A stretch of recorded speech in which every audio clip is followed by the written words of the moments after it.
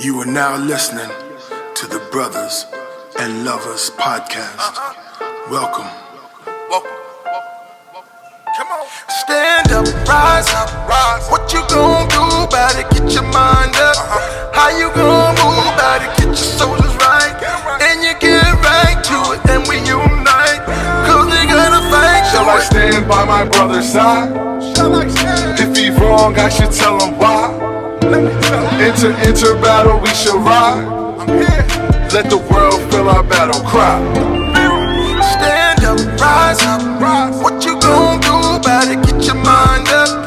How you gonna move about it? Get your shoulders right. And you get right to it, and we unite. Cause they gotta fight. Stand up, rise up. What you gonna do about it? Get your mind up.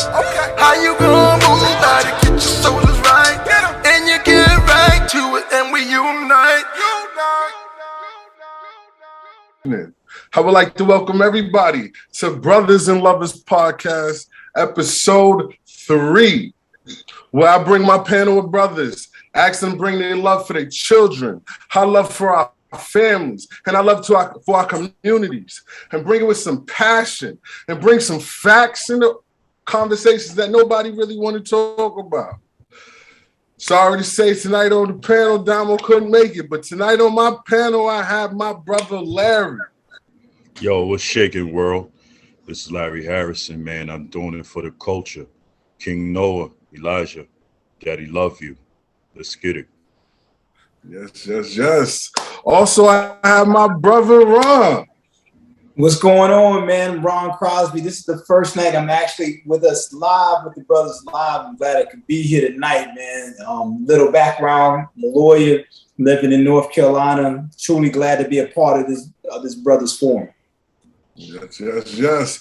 Last but not least, I have my brother Harvey. What's up, gentlemen, ladies, everywhere out of the world? I'm Harvey Morris. I'm a music producer and just love the Lord, and I'm glad to be here. So thank you. Yes. All right, tonight we're going to do something like we did last week, but tonight we're going to have my brother Ron host this one.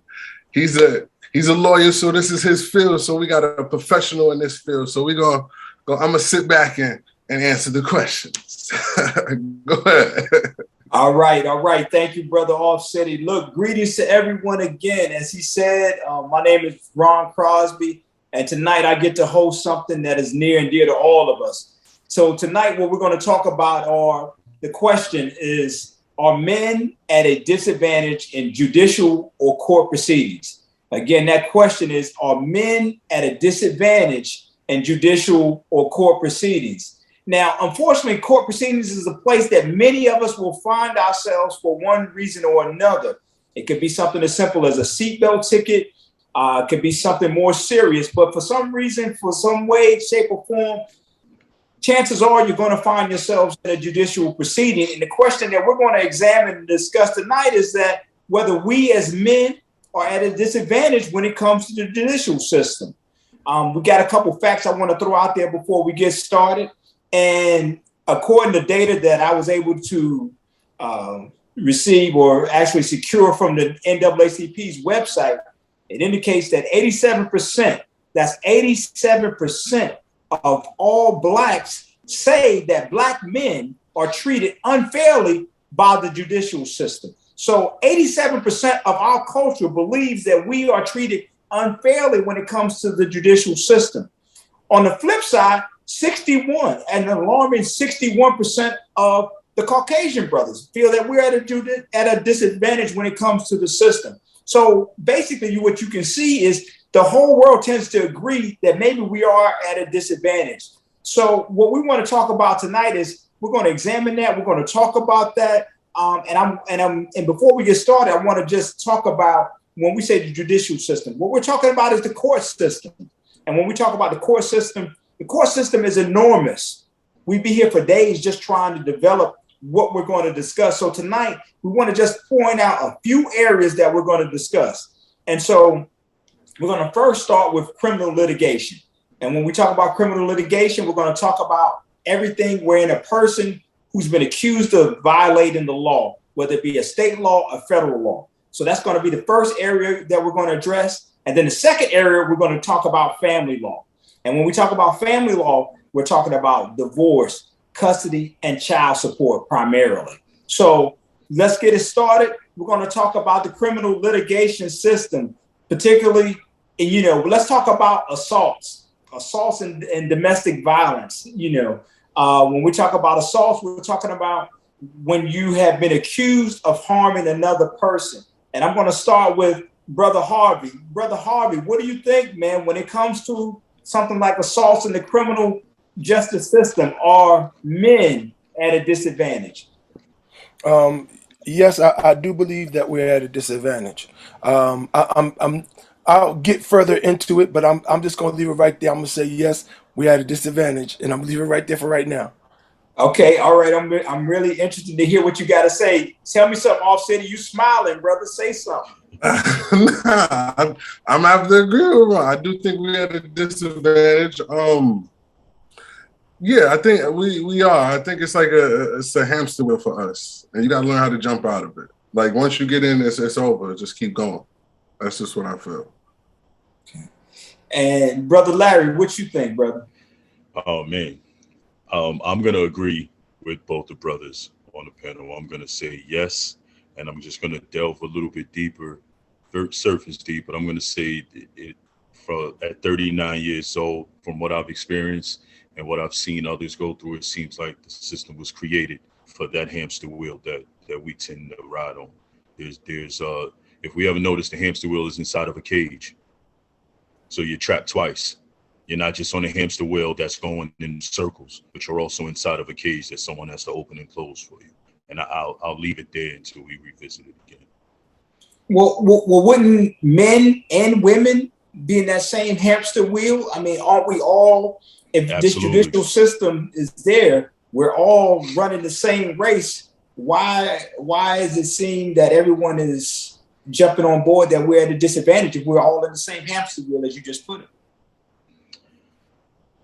If I would say, it seems as if although we all should be on that same hamster wheel, it doesn't appear as if we all are. And I can only speak from being a black man. It seems like that hamster wheel and that sits inside of that cage is more targeted and created for me and those who are and other black men like me, because it seems like predominantly we dominate that hamster wheel. We dominate the utilization of that hamster wheel in that cage that it sits in. Okay. All right. So, I mean, Harvey, you said you had some other insight you wanted to share. Go ahead and let us know. I mean, I think that sometimes that could be a cop-out. Sometimes we are wrong. Sometimes we're not doing what we're supposed to do. So, I mean, maybe it's not that we're at a disadvantage. I mean, I want to hear more. I mean, whether you get into specifics or something, give me something, because you were just saying, oh, yeah, we're at a disadvantage, but nobody's giving me a why. Okay, well, thank you for the why, because I'm about to give you the why. Okay. First and foremost, we have to consider the court system at this particular point in time. It's a business. It's unfortunately a business. Everyone in the system, other than the plaintiff, other than the defendant, gets paid. If you think about this, every time there's a court proceeding, the judge gets paid, the lawyers get paid, the legal aides get paid, the court officers get paid. So there's a whole system that's based on someone's or people's dismay. Now, here's the other part of this.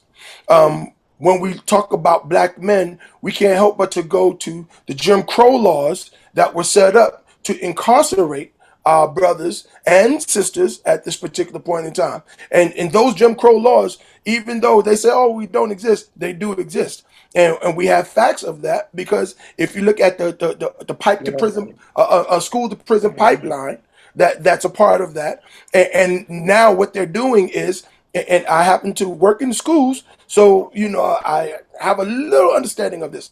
So they begin to build prisons based on third graders' test scores.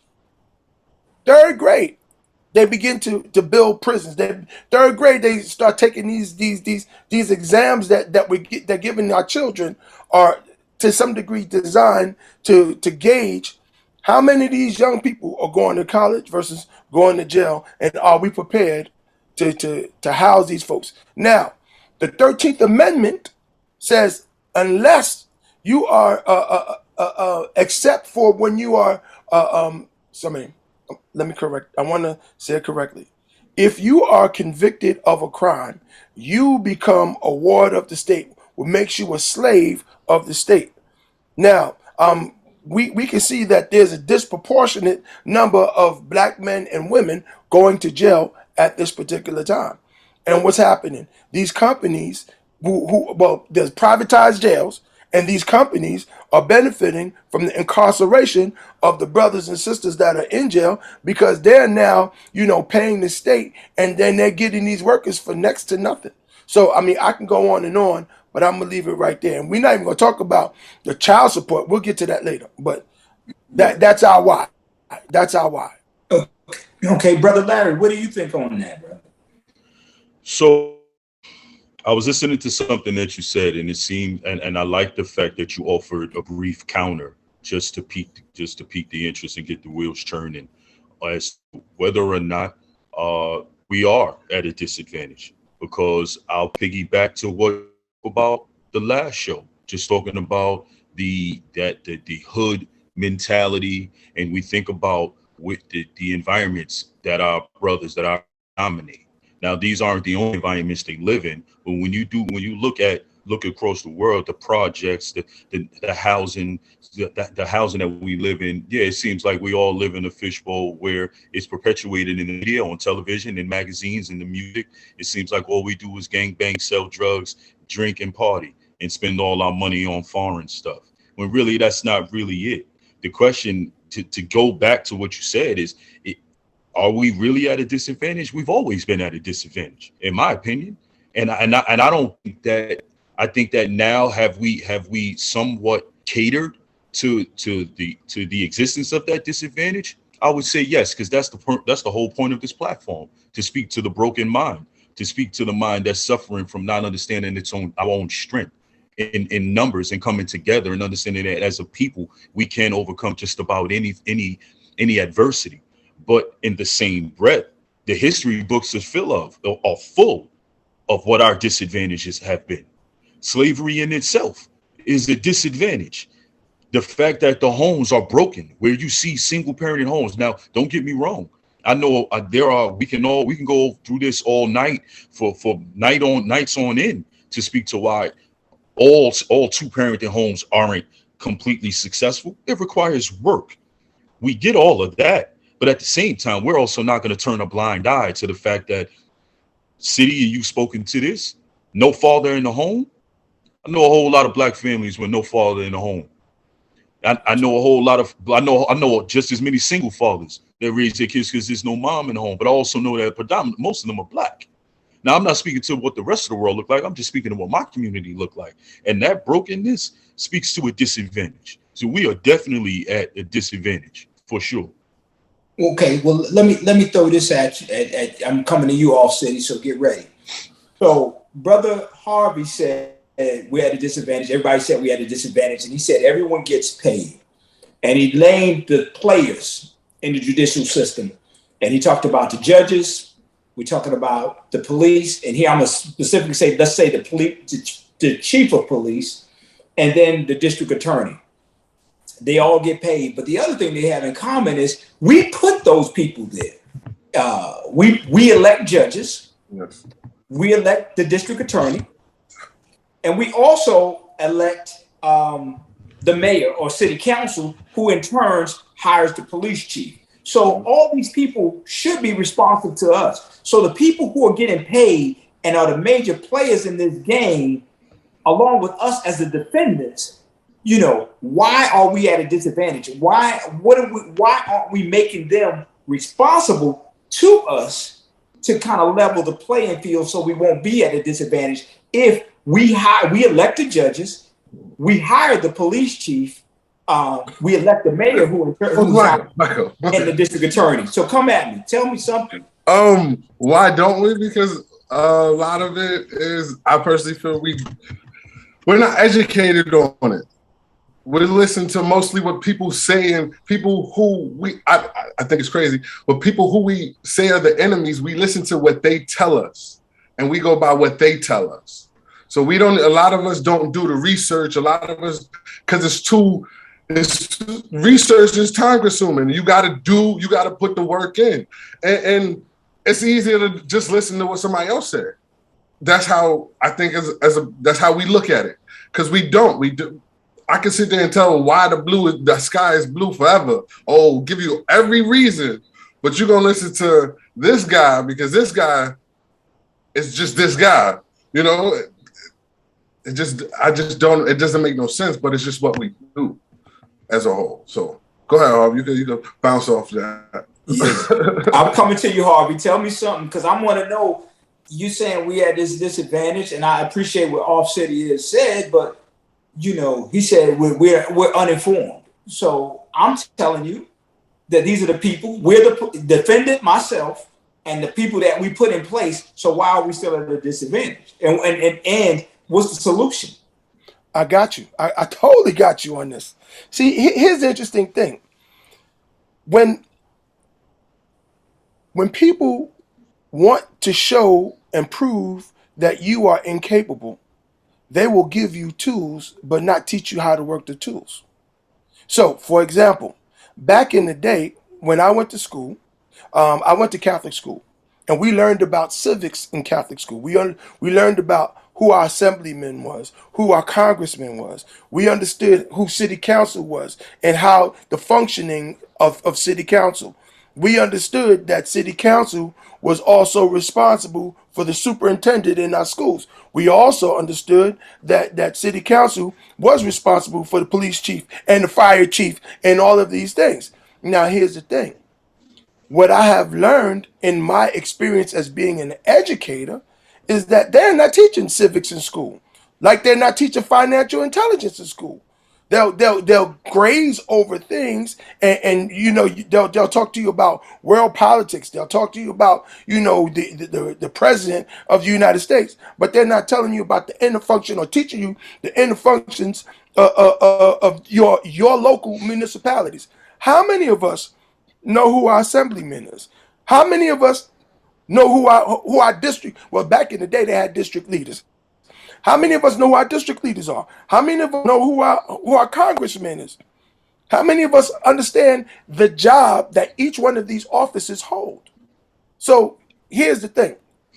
When we don't understand the inner workings of those positions, then we don't know who to go to. And if we don't know who to go to, these people who we put in office, for those of us that vote, when we put these people in office, we expect them to do the job, but yet we don't know the job that they're supposed to do. So there's no accountability.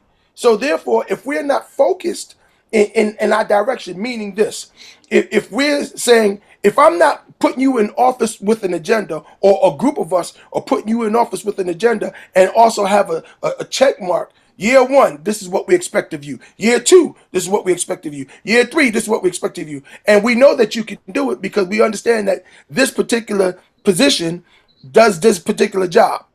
And then the other part of that is surrounding that particular person with the cast members, other folks that we put in office to support our agenda. See now, and I don't want to get long-winded, but I have to say this. Part of the reason why I think the powers that be want to make sure that our numbers are down, because when the numbers are down, you don't have the control of the vote. When you don't have the control of the vote, then you don't have control of the economics. You don't have control of how the laws are being interpreted or created. And so therefore, they use the law to control the environment. And I can go further, but I'm gonna leave it right there for right now. So I'm coming at you, Larry. So, I want you to respond to this, and I'll give everybody else an opportunity. Because if you're saying that we're disadvantaged, and part of it is for our lack of not lack of understanding. Is that self-imposed? I mean, are we doing this to ourselves? I mean, so, because the reason I'm asking this question is we can get educated on anything that we want to.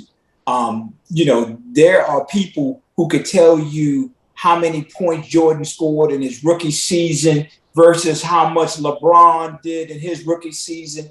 At 18 years in or 18 season in, this is where they were. They can collect all this information, but when it comes to things that matter, sometimes we're not willing to do the work. So my question is, if we are at a disadvantage, is it somewhat self-imposed or not? I appreciate that question because as Brother Hov was talking, those were the sentiments that were flowing through my mind. At every word that he said, I kept thinking, how do we come to a place where our argument for better doesn't entail making excuses for where we are? That was what was coming to me. And that's exactly what you're speaking to, is what we're lacking, our own fault. And I'm going to say, as a grown man, yes, partially it is. And I have to be honest, because it would behoove me to not to sit here and say the world is our problem. That's not the problem. It's only part of it, and not the world in itself, just the way it functions. It doesn't all benefit us, but then there's some parts of the world that don't benefit anyone for that matter. It is what you make it. However, I will say this to Brother Harvey's point. I do believe that it is easier to prey on a broken mind and an uninformed mind than it is to prey on someone who not only wants the knowledge, but has the means to go out and search it. Now, you're right. We can sit down and watch basketball and we'll have a whole conversation about it, who scored what, all of that. I know a whole lot of sports guys that know sports and don't know who's running for president. You understand? I get it. In the same breath, though, I think that once again, for the sake of this platform, for the sake of the creation of this platform, this is exactly why we're here, because there are many numbers that we aren't at liberty to speak to because they don't get documented. For the brothers who do want to know, for the brothers who might be researching, who might actually be, or brothers and sisters, for our people as a community, there's nothing in me that tells me that everyone wants to sit in a barrel and try to climb over each other to get to the top. But when you don't know, you don't do. And it's not just a matter of ignorance. It is sometimes a matter of lack of resources. When you think about where some people find themselves stagnant and they reach and there's nowhere to reach to. Because we have a lot of that within our communities where there are hands being reached out. And because of the struggle, because of the broken generational lines that we have just streaming through most of our families and most of our generations of our people, a lot of minds are in, a lot of our people have a get me, take care of mine mentality, which means there is no reach back. There is no reach back to pull forward. There is no kumbaya coming together to put a light on the ultimate problem. It's just shedding the light on my problem. Let me fix mine. And then whatever is left, I'll devote that energy to helping you. There's a degree of selfishness, not all malicious, but selfishness within its right. Because when you look over what people are living in, what they're experiencing, the degree of selfishness that's required for them to get ahead. I can't help you if I can't help me. To circle back to the original question, is it us doing it to ourselves? We play a part in it because I would say there could be more devoted to it, but we have some powerful people in our community who are absent. They are there for the march. They are there for the crime, for the injustice. But think about this, and I'll leave this with you, and then I'll yield. I'll leave this with you. When we speak about what we don't do as a people, is it our fault? You can just use You can use the judicial system and how our black leaders step out when it seems to be a racial injustice. But we need those leaders when it is an internal injustice, because that will open up the minds of our people to dig a little deeper. Could it be fear that forces us to not go as hard as we could at the expense of implementing each other, implementing each other in said bad situations, in said situations that we have our own families and friends that are in some things that they probably shouldn't be in. So our education would put us in an off space, knowing what we know, what would then have to be done. And I'll yield there. Okay, so I want to throw this out there. I spoke with Brother Damo when we were talking last week. He made a point, and I'm coming to you, Off City. You know, Brother Damo said the police are out there oftentimes, and they prevent us from living. They're preventing us from doing things that we do that basically bothering us. And then that's why we're in the court system. And I want you to respond to that. How do you know, when a brother makes a statement like that, and that's why, and that's how he gets to the point we're at a disadvantage, because these police are targeting us just to prevent us from living. Now, he didn't define what he meant when he said prevent us from living, but I got an idea that he meant something along the lines of when we do what we do, whatever that may be. When we do what we do, the police try to prevent us from living. Therefore, they take us down on some bogus stuff, and that's why we're at a disadvantage. So, how do you address Brother Damo and anybody else out there who may feel that way, Off City? All I can do is just say from my experience. Understand, coming from me. Every time that, like, yeah, I was doing something. I'm not giving I was doing something out of line to get for them to come harass me or come bother me.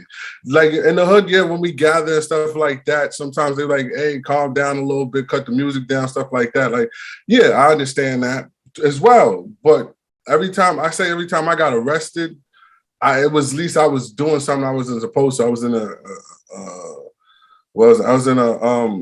park after dark type of thing,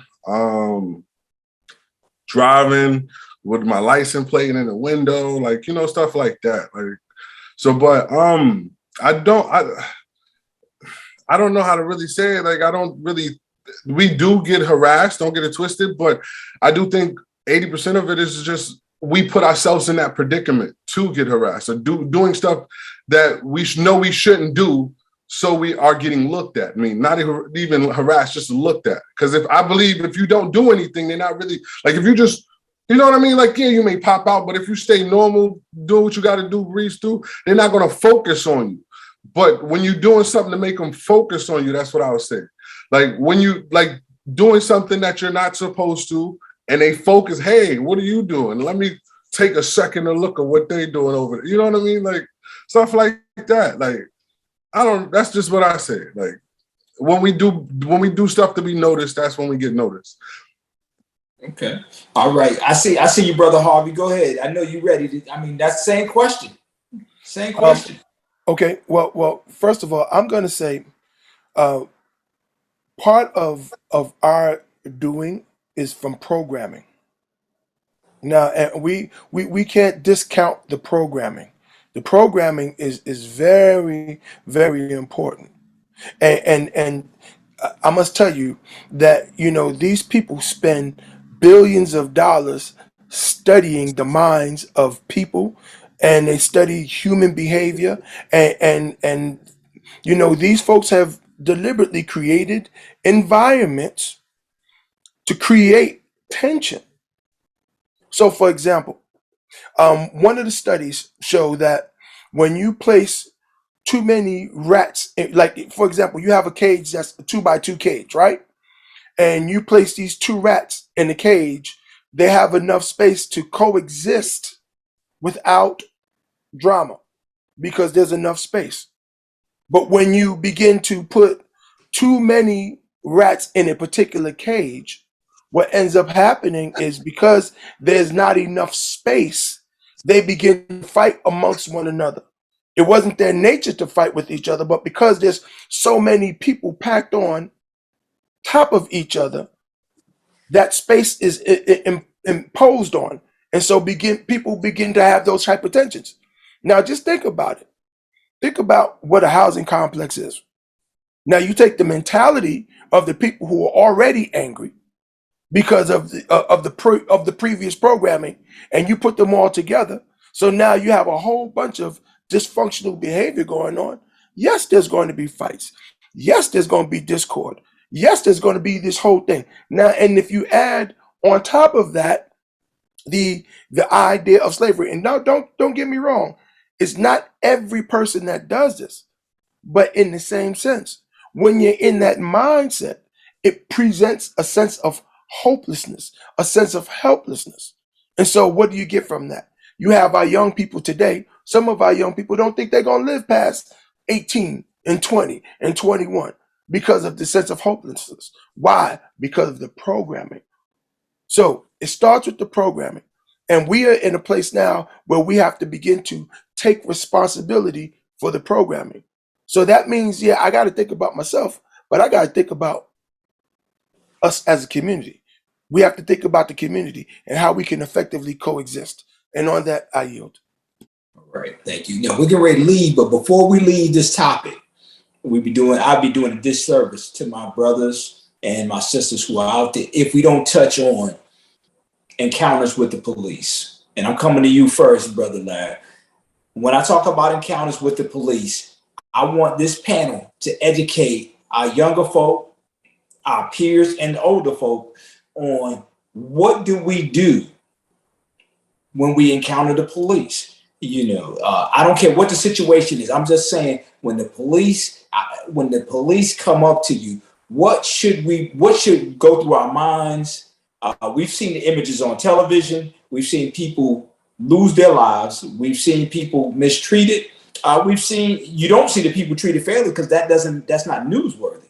So we see these negative images in our mind. I want our panel, before we leave this portion of the discussion, to just touch on that. So, Brother Larry, what do you say to the rest of the people out there? Well, okay. So I'll make this brief. First, understand that the way the world has perpetuated us to appear, we are a threat. Our skin makes us threatening. So when you understand your audience, understand how you are to approach that particular audience. They're human. Whether you believe they hate you, whether you believe they like you, love you, these are human beings wearing a uniform, doing a job. Now understand, I'm not being naive. Don't excuse my words for ignorance or being naive. What I'm saying is it's an authority. Respect. It doesn't determine the outcome. Only thing you can determine is what you do. Respectfully, cooperate, and let it play out. That's what you do. You can't bring tension into a situation that hasn't presented itself to be tense. Don't walk in presumptuous, apprehensive, believing that something will take place that hasn't yet materialized. That's where we fall short each and every time. We believe, now if you out of pocket and you wrong, then you're going to have to deal with that first and foremost, because that will be the only thing that will have you on pins and needles. But if you are a person who has just been stopped at random, whatever the case may be, you handle it accordingly. And accordingly, meaning respect that individual, respect that authority. Because I tell you what, for whatever it offers you, no one wants to live in a lawless land. They are the law. So we deal with them accordingly. And as it play out, it will play out, because from the beginning to the end, God will be in control when it starts, during the transaction of how it will go, and in the end of it. And with that, I yield. Okay, so Brother Offsetty, though, what about if I'm right? I mean, I'm minding my business. I'm sitting there. I'm not doing anything. I'm not drinking. I'm not smoking. And the cop is coming up to me why should I show him respect? He's not respecting me. So why should I show him respect? This is crazy that you asked me this question. Why I say that? Because I got to do a shameless plug. I used to in high school I used to do know your work. Know your work, know your rights workshops. Blah blah blah. I haven't said it in a while. And basically, we used to go. It's a acronym STATE, Students Taking Action Toward Empowerment. Basically, what we used to go around, we did team justice videos, it's two. But we used to go around telling people when you get stopped by the cops, how you should do and what you should do. So it's funny you asked me, even if you're right or the cop right, you're wrong, whatever. I tell people all the time, all you have to do, if you have your ID, give them your ID. Your ID says everything they need to know. It gives you your name, it tells them where you live at. If they want to ask you why you over here, they can, and you don't have to, you know what I mean? But all the basic information they need is right there, because that basic information, they have to go to the precinct. It's a thing where they have to go to the precinct. Every time they stop anybody, they got to write it up every day. Every stop, hey, I stopped this person for this reason. I thought this or this. They have to go to the precinct and write it up. So if you feel the cop came at you wrong or anything like that, go to the precinct. Hey, I got stopped yesterday at this time around this place. Ask for you got to know what you're asking for. You got to also not even ask for a badge number. Just say I got stopped around this time. The officer look like this, and they should be able to pull it up. Like, okay, this is a stop. He say he stopped because of this. This really wasn't nothing. You know what I mean? If there's no problem, it's not a problem. And at least one thing my mother always told me too, if they take you to precinct, you ain't do nothing, let them take you. At least we can get you out. That's the best thing to do. Let them take you to precinct, we can get you out tomorrow, and then we can fight them like that. We don't need to fight them in the street. You don't need to get them, because they have a gun. And they understand, I'm not saying back down, but what's the point of losing your life over something stupid? Take me to the precinct, then I'll come out, me and my lawyer will fight you. You know what I mean? Like I don't need to fight you. I don't need to, you messing with me. No, take me down there. Okay, I'll be there for the night. After the night, my lawyer's going to speak to you in the morning. Like once I get out, the first thing I'm doing, hey, they arrested me for no reason. We getting this. Let's get this back. It's like, but like I said, it's just don't go in, like Brother Larry said, don't go in there thinking that something's going to happen. No, even like I said, even if you go down to the precinct, if they take you down on stupid stuff, really nothing, just all right, cool.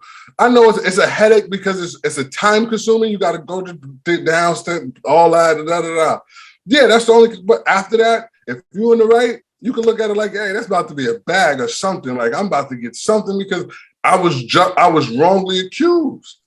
And that's what I just say. Just make sure you live on. That's my thing, is try to make sure you live the next day. If you need to go to the jail for the day, get that night out. You come out first, then you do talk to your lawyer. That's all I say, right? Okay. So I'm got to talk to you, Brother Harvey. You and I, the elder statesman on this panel. Brother Harvey, he's 50 plus like myself. So the way we would handle this at 21 might be different the way a brother who's 50 handles this. So what do you say, Brother Harvey? I'm gonna be proactive in the situation, and that's what I do now. First of all, the reason I believe part of the reason why we have issues is because we don't have relationships with the police department.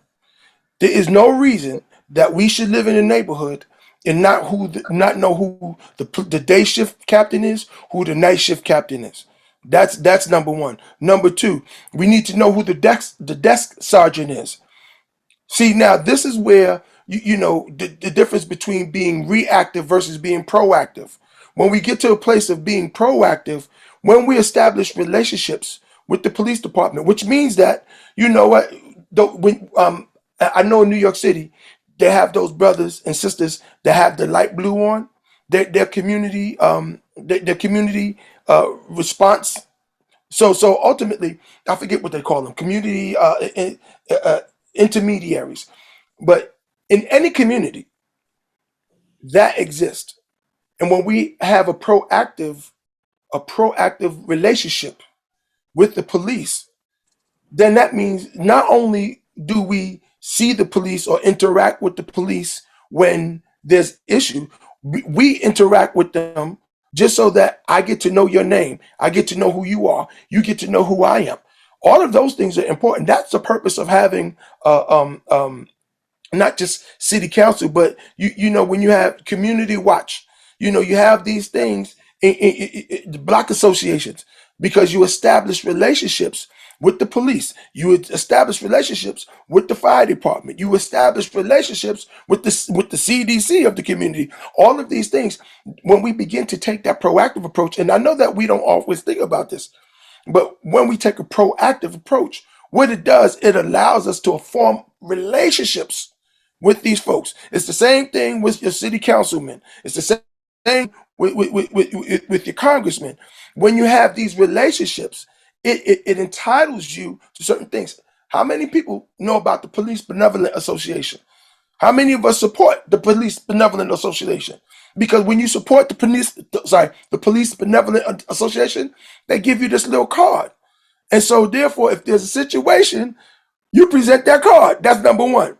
Number two, when we start talking about, you know, getting together in the community, I'm sorry, when there's a lot I want to say, I'm getting a little frustrated. But when we start talking about, you know, getting together in the community, the only reason why the police do what they do is because there's a discord.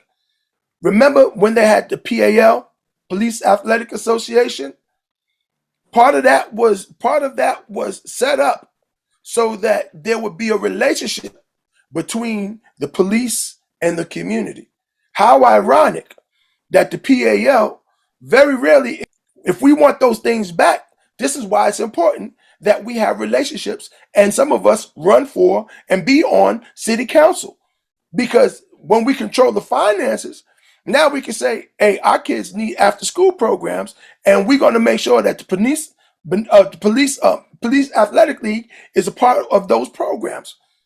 Remember ROTC, all of those things, all of these things that vocational studies, all of these things that contributed to us being proactive in our communities, somehow they disappeared. So we need to reestablish that, and I'll leave that alone. So before we leave, let me just give my 2 cents on this. You know, I agree with what's been said. I mean, first and foremost, I mean, you've got to be proactive. I agree with that. Being proactive in the community, know who your leaders are, know who the police leaders are, know they're in your neighborhood. You should know who they are. We've got to be respectful. Brother Lance said we got to be respectful. Just be respectful. But I think Off City's mom was dead on point. Maybe she was a lawyer in another life or something. But the advice she gave is what I try to give to people as a lawyer, because you got to understand this from the outset.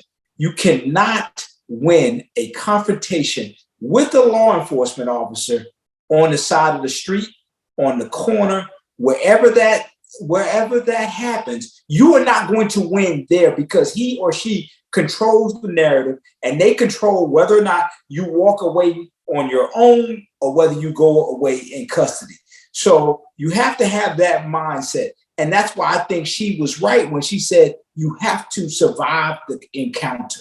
And that's what I tell everyone that I talk to. The number one thing you have to do is you have to get home safe, because there are many people who lost their lives on the side of the road, on the side of the street, in front of a convenience store, whatever you may think of, but they lost their lives and they were never able to tell the story.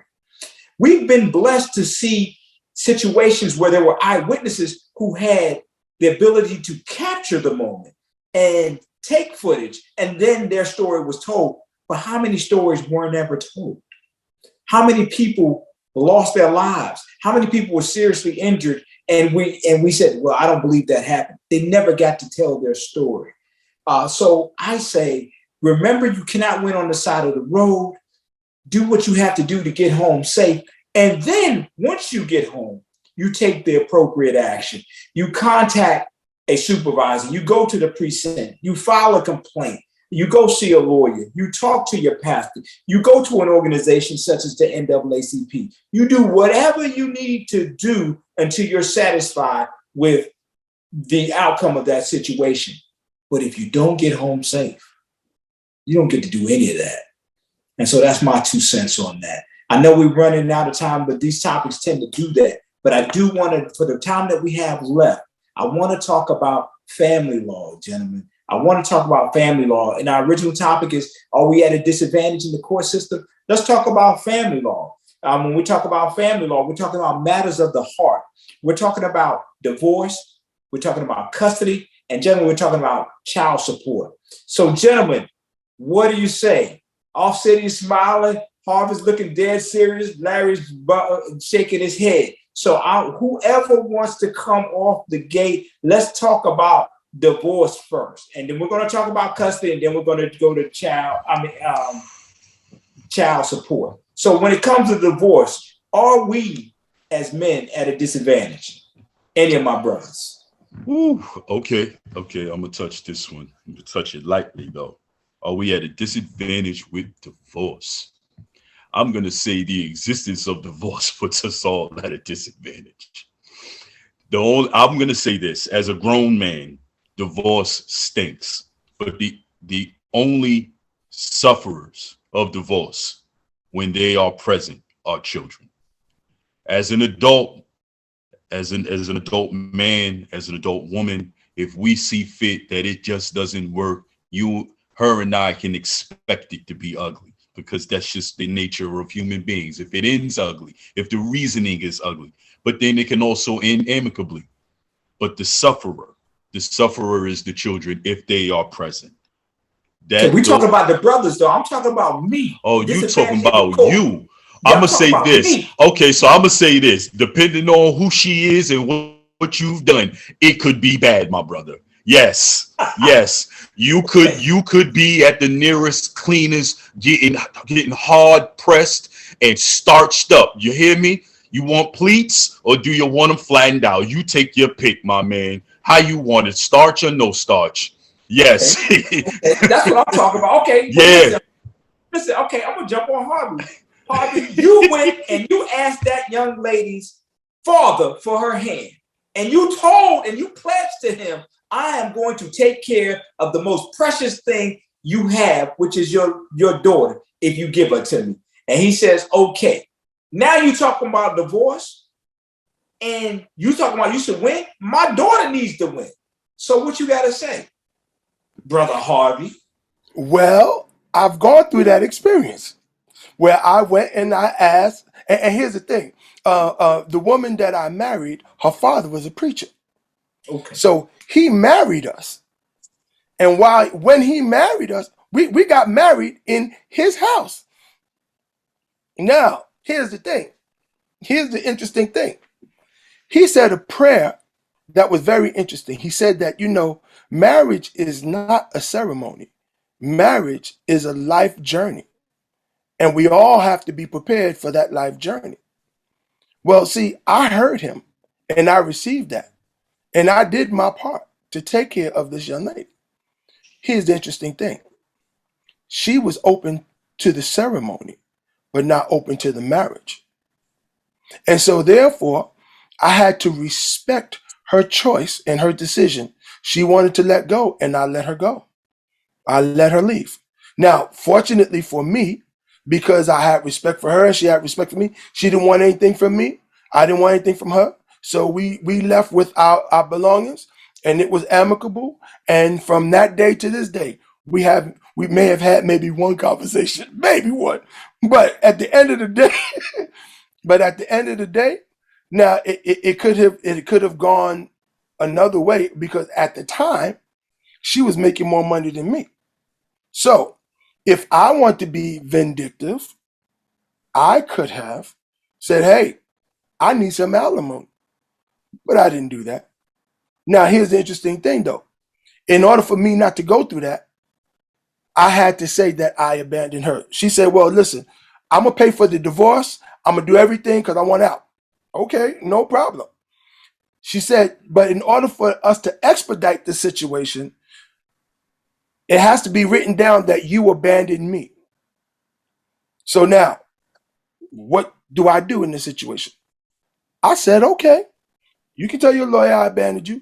And then I said, what time do we go to sign the papers? She said, can we do it at 1 o'clock? I said, no, I got to do it at 11 because I got a gig. And that was it.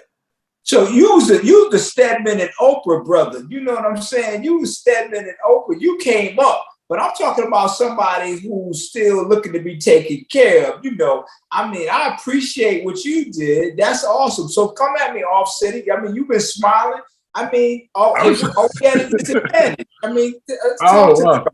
I'm smiling. Hey, I ain't been in this predicament. I've never been married. So I don't know. But what can I say about it? I do feel nowadays. Well, all right. First of all, let me put my on marriage. Marriage is super important to me. I'm only getting married one time. That's what I tell everybody. I want you to truly love me before we get married, because I'm going to truly love you before I ask you to marry me. I'm not just going to ask somebody, oh no. Like I gotta know you. Your worst day still got to be a sunshine to me. Like, you feel what I'm saying? But that's just how I do it. So, but nowadays our marriages, it's a funny subject nowadays. Because people don't have the same views of marriage nowadays. People don't care about marriage like they did back in the day. I tell people all the time, I'm a city boy with a country heart. Like, I grew up in the country. I'm still grew up in the city as well, like how my life was. So the country values I still hold dear. Like, my wife is still going to be on a pedestal. She's still going to be number one to everything. Like, you know what I mean? But nowadays females don't look at it as a teamwork. They don't look at it as like, oh, we're doing this as together. Because like, I go into any relationship. If I'm in a relationship, I'm in a relationship with you until I can't see marriage.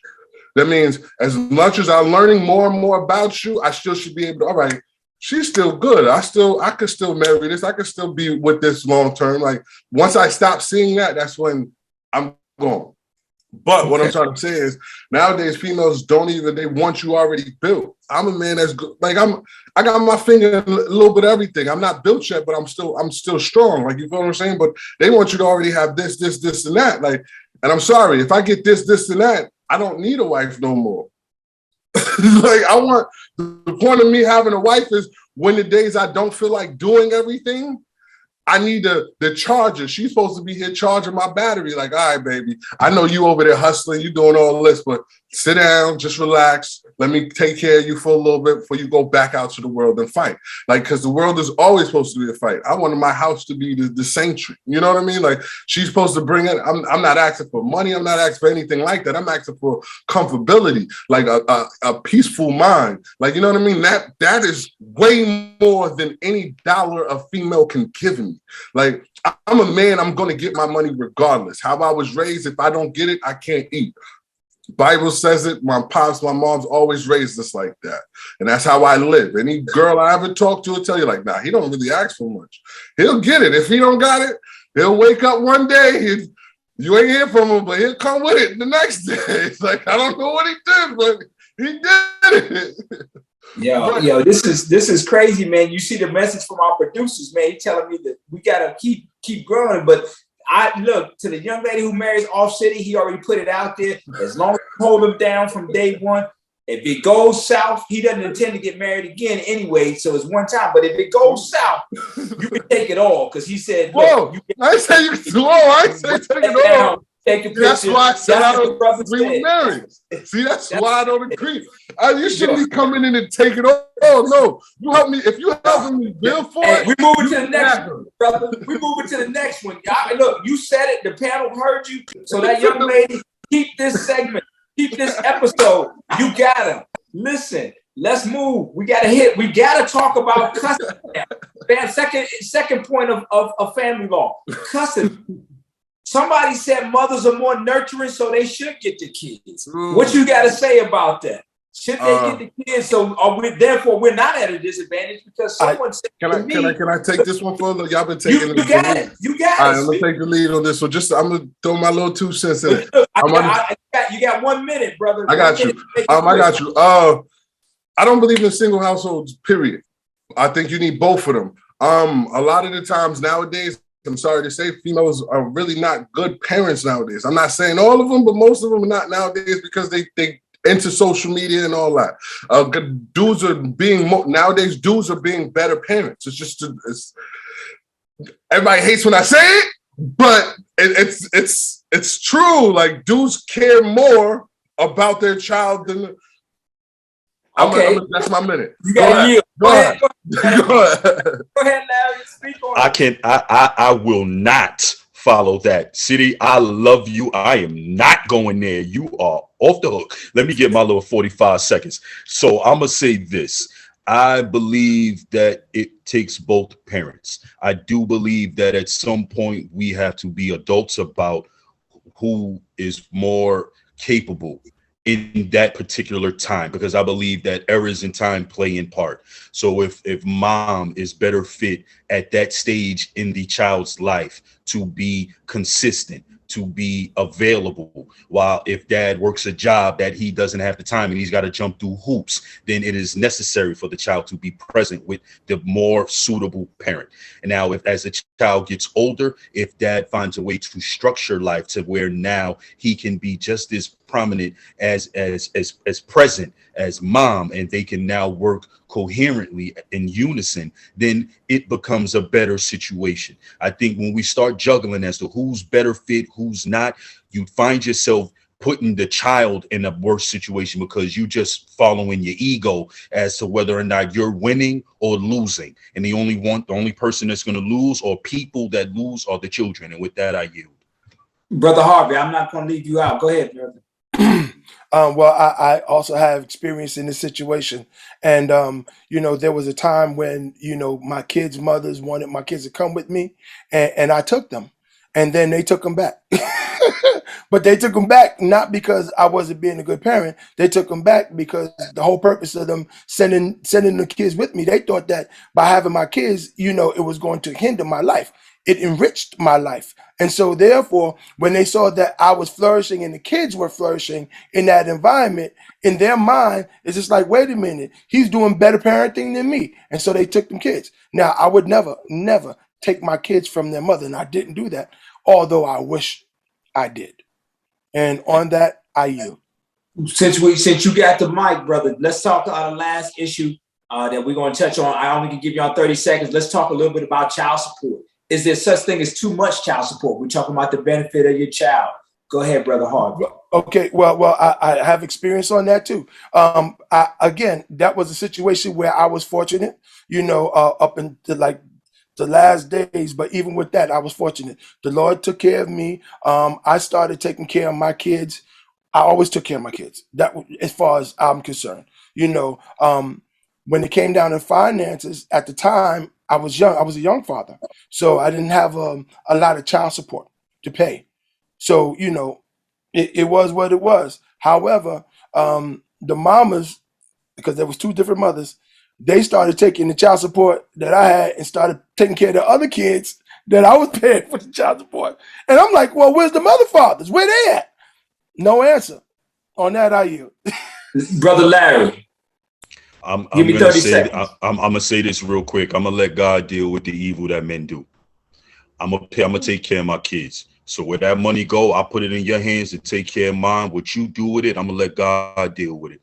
And when we get to that latter part, I'll deal with that. So you saying there's no such thing as too much. Whatever you got. I'm gonna say that it wasn't their choice to be here. Do I feel like we need to be in court debating on what it should be? No, but I also know that kids are expensive. So when you decide to have a child, no to me, yes to them. And if you turn my yes to them into a yes for you to do what you want, I will let God deal with the evil that come with that. And with that, I yield. Thank you, brother. Offset, what you got? Okay. I remember I'm the one with no kids on here. So right? give me 30 seconds. I just want to make sure, because I'm about to get a lot of slack now. You don't use up 15 of your seconds. No. Child support. I think if it goes to the kid, yes, it's all good. As long as the money goes to the kid. But I really believe in a two household, or even a teamwork. If we're not living together, we got. Hey, if you're doing this for the child, I'm gonna do this for the child. Like, I believe it should be a team effort with a child, period, because you should not have a child if you're not madly in love with that person. That's just what I believe, and I yield off that. Brothers, it's been a pleasure, man. It's been a pleasure really speaking to y'all. I mean, I've enjoyed it. I've enjoyed being your host for this evening. And before I sign off and give it back to the executive producer, I just want to leave y'all with some advice to anybody out there. If you find yourself in the court system, get an attorney. Hire one, ask the court to appoint you one, go to legal aid, do whatever you have to do to get representation, because that's what you got to do. If you can't get representation, get educated as best you can. Go to the internet, folks who've been down that road before, but do whatever you can. First choice, attorney. Second choice, get educated. With that, I yield. Turn it back off to you. Yes, okay. Brother D, real quick.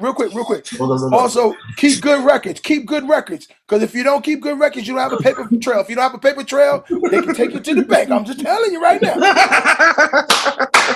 Make sure that it's family. Yes. Give a couple shout outs real quick to Father's View. Shout out to Puff Stuff Production. Shout out to Star City Cleaning. Shout out to Life of Phoenix. Shout out to King Noah, I love you. Yes. Here we go. The day ones, everybody, thanks for listening. Shout out to my brothers. Thanks for talking. Everybody, y'all salute. Now y'all have a good one, y'all. We need it. Yeah. Stand up, rise up, rise. What you gonna do about it? Get your mind up. How you gonna move about it? Get your shoulders right. And you get right to it, and we unite. Cause they gotta fight. Shall I stand by my brother's side? If he's wrong, I should tell him why. Enter battle, we shall ride. Let the world feel our battle cry. Stand up, rise up, rise. What you